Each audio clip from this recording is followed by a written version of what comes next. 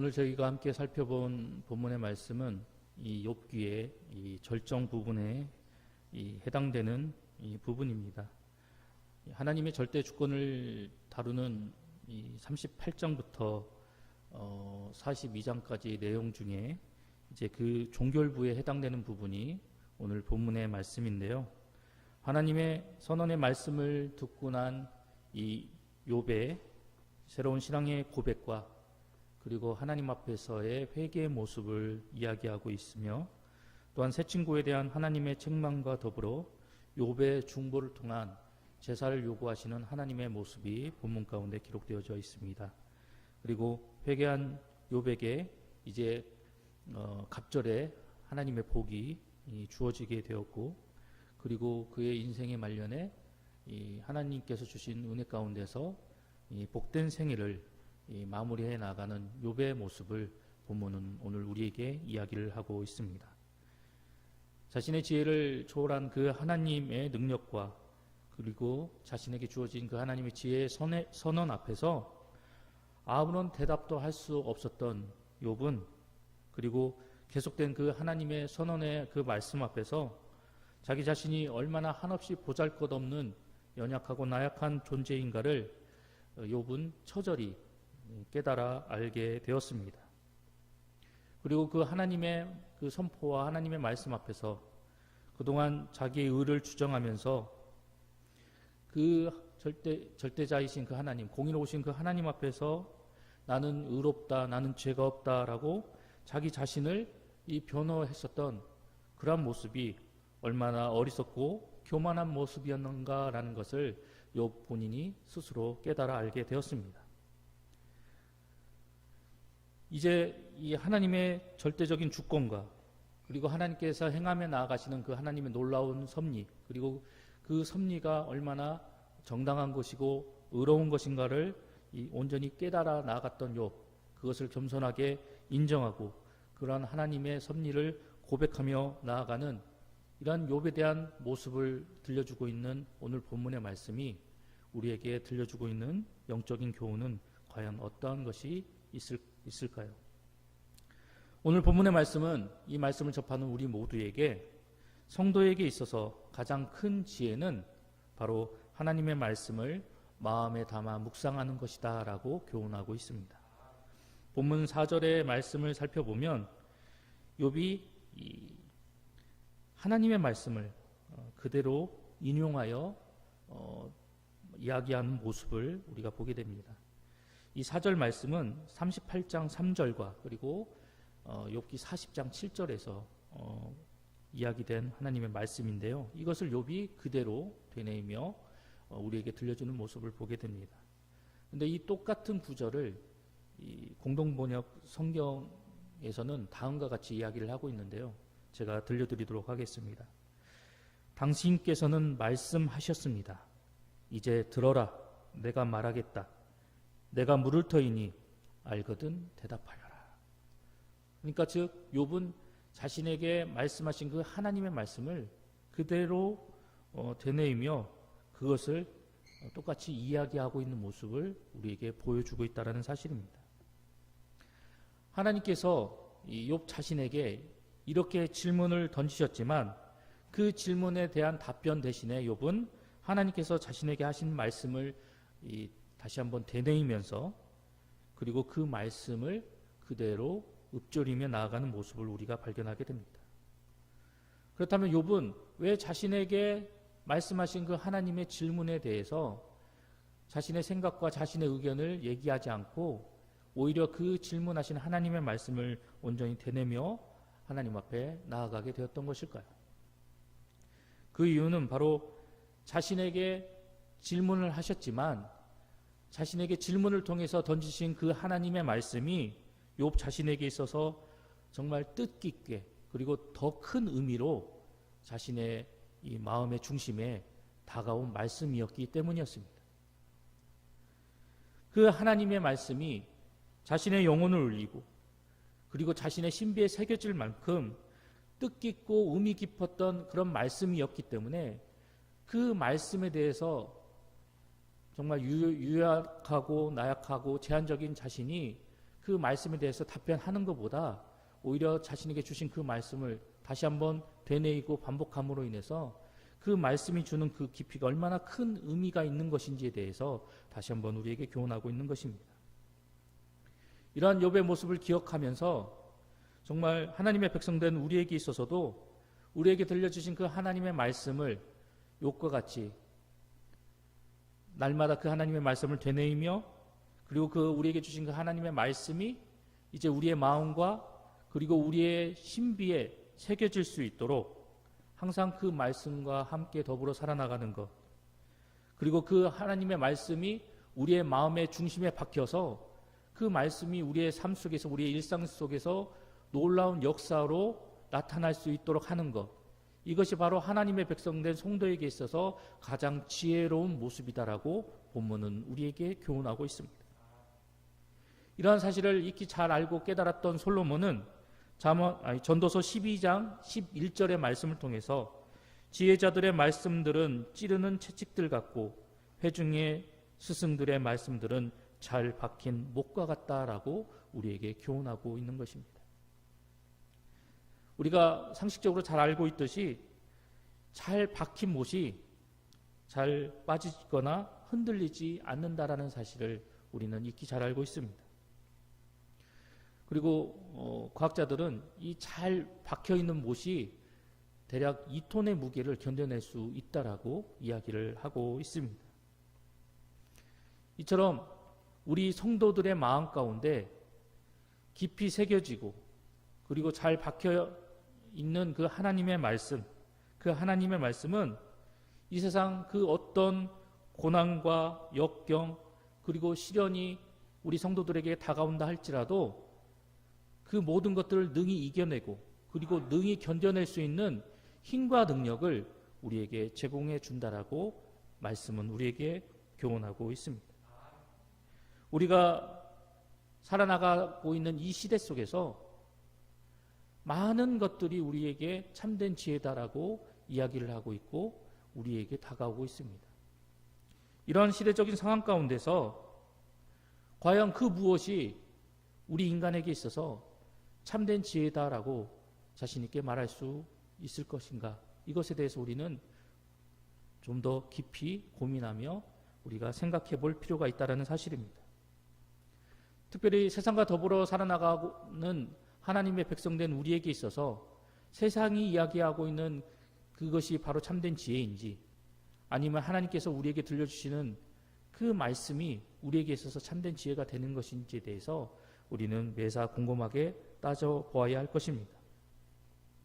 특별히 우리에게 들려주신 그 하나님의 말씀을 우리가 마음 중심 깊이 담아두고 그리고 우리의 마음 깊이 새기며 살아감으로 인해서 그 말씀이 주는 은혜와 그 말씀이 주는 능력을 통해서 이 험한 세상을 당당히 맞서 싸우고 승리하며 나아가는 그런 모습으로 살아나가는 것이 우리에게 있어서 참된 지혜가 되고 우리에게 있어서 참된 은혜가 된다는 사실을 기억하여서 우리에게 주시는 그 말씀을 우리가 허투루 듣거나 그 말씀을 한 귀로 듣고 한 귀로 흘려버리는 그런 어리석은 우리의 모습이 되지 않도록 늘 우리의 모습을 점검해 보아야 할 것입니다.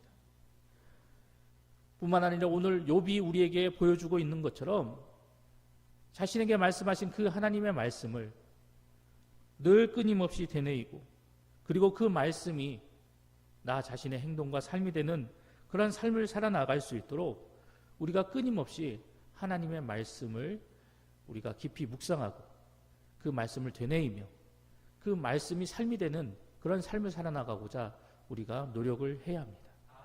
이러한 우리의 모습이 이제 우리의 삶 가운데 나타나게 되었을 때 말씀이 우리의 삶이 되는 그런 모습으로 우리가 살아나가게 될 때 우리는 하나님 앞에 실수하지 않게 되고 하나님 앞에 범죄하지 않게 되어질 것입니다.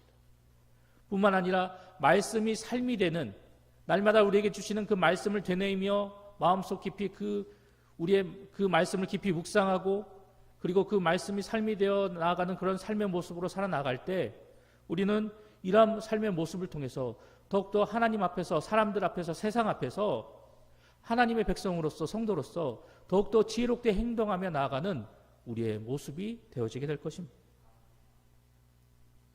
오늘 우리에게 들려주시는 이 말씀 앞에서 여러분 스스로를 한번 되돌아보시기 바랍니다.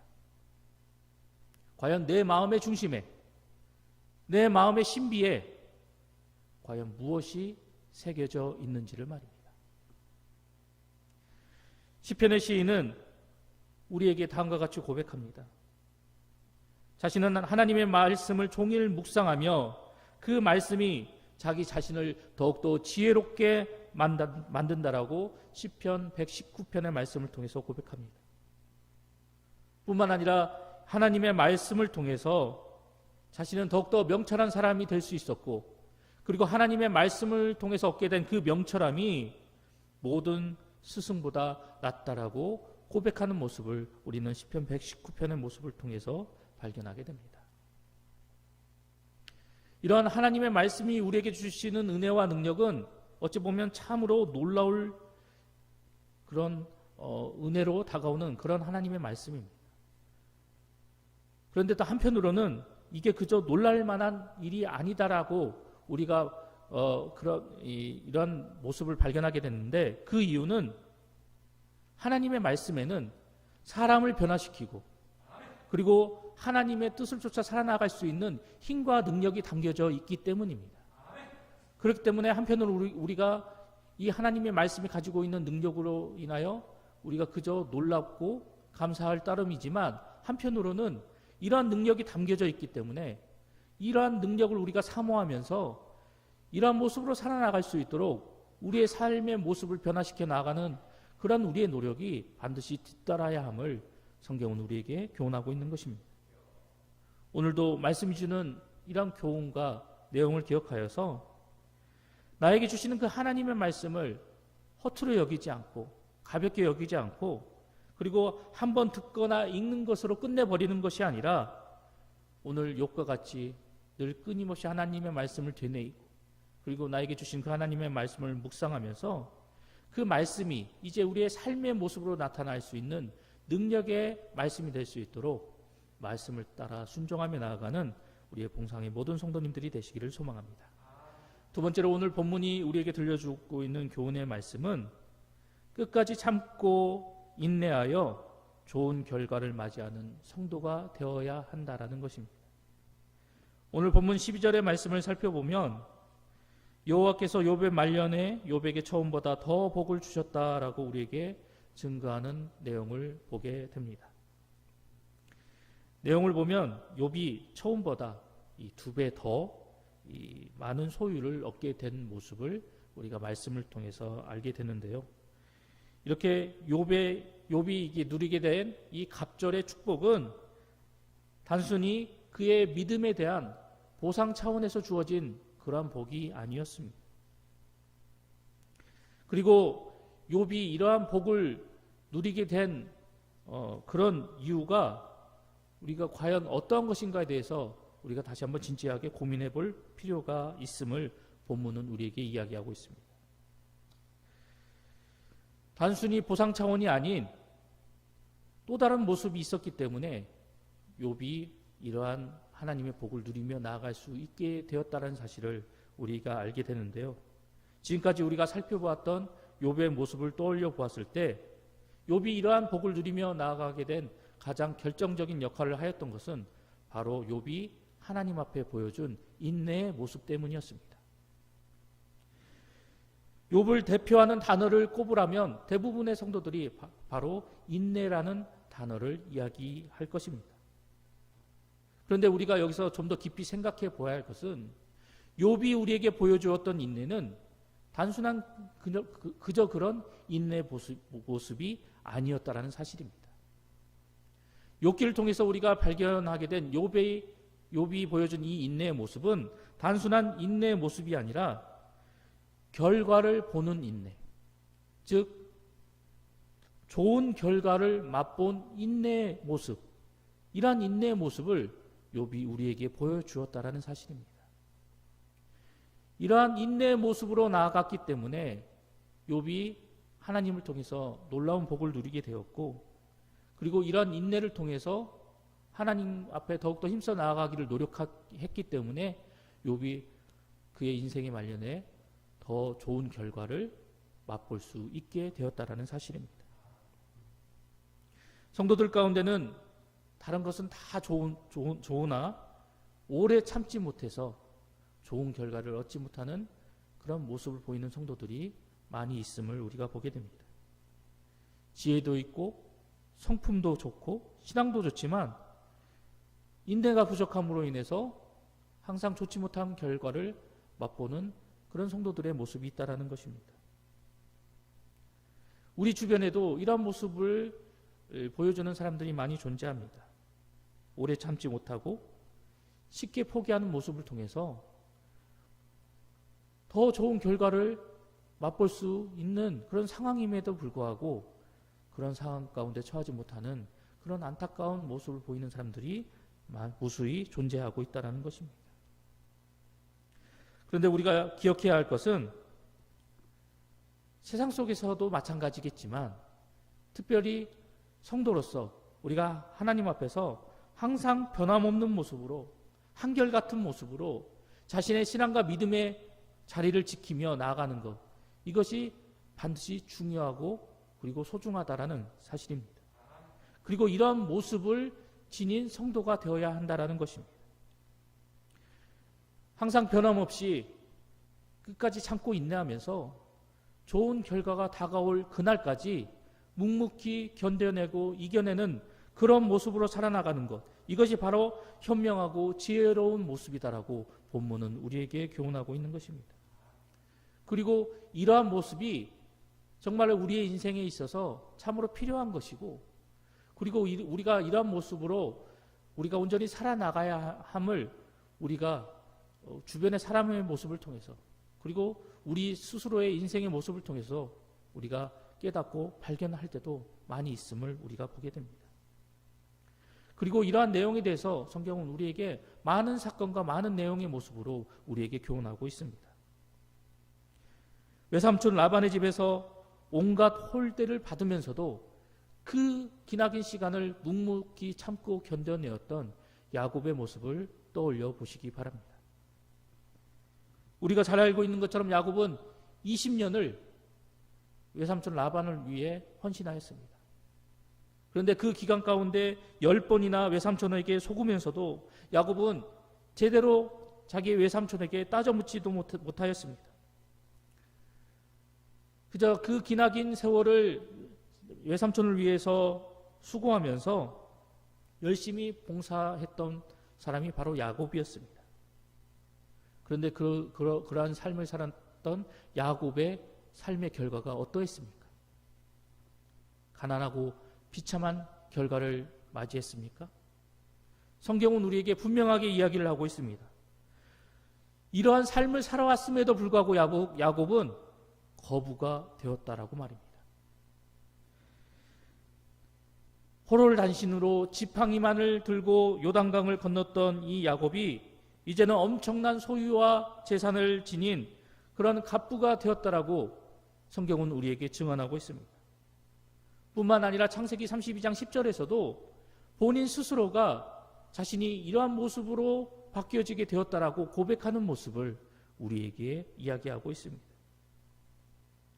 즉 그 기나긴 시간 묵묵히 참고 인내하며 하나님을 바라보며 나아갔더니 하나님께서 자신에게 이러한 놀라운 은혜와 복을 주셨다라고 야곱은 우리에게 당당하게 증언하고 있고 그리고 고백하고 있는 것입니다.